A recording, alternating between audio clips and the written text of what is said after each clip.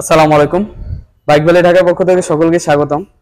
তো আমি রিফাত, আজকে আরেকটা ভিডিও নিয়ে হাজির হলাম।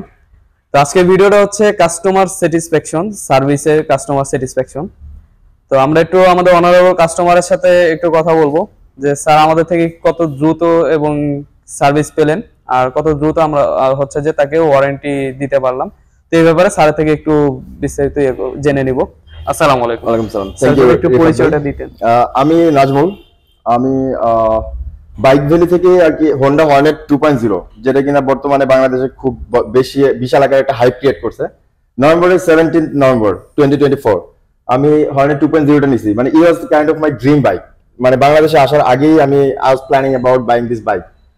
তো লাকিলি আনলাকিলি আমি জানি না, after buying that bike I was facing a problem regarding alignment problem.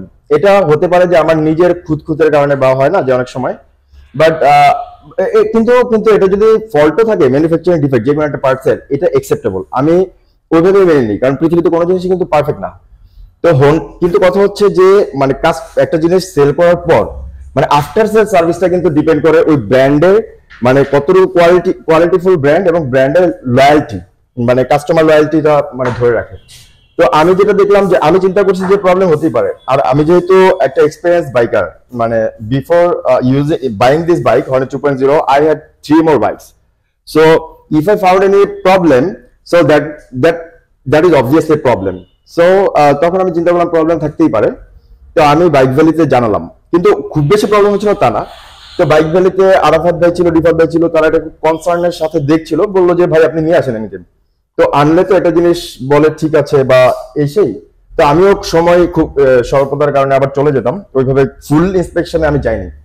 তো ডে বাই ডে আমি যখন চালাচ্ছি, রান করছি জ্যামের মধ্যে ব্রেকিং পিরিয়ডের পর, মানে when I need to move my bike very speed or like manoeuvring করার সময় বা কর্নারিং এর সময়, তখন মানে আমি কনফিডেন্স পেতাম না। তো আমি তখন সিরিয়াসলি নেওয়ার পর আর কি তখন ভাইদেরকে আর কি বললাম আর কি। তো তখন আর কি একদিন তারা বললো যে আচ্ছা নিয়ে আসেন আজকে দেখি, অনেকদিন ধরে বলছেন।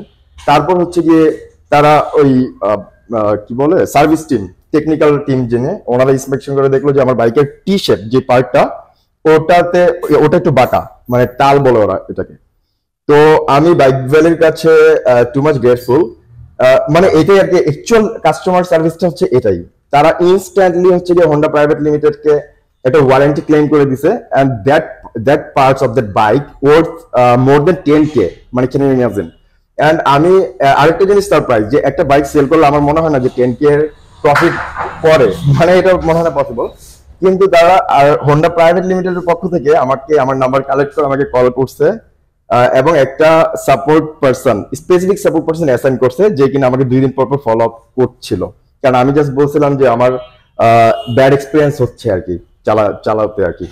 তো উইদিন 7 days এর মধ্যে they just send the parts in Bike Valley showroom, and Bike Valley showroom called me today, and আসার পর তারা জাস্ট আমাকে ইনস্টল করে দিছে। এখন আমি চেক করে দেখলাম it's like totally okay. So thank you Bike Valley, আর thank you Honda private limited.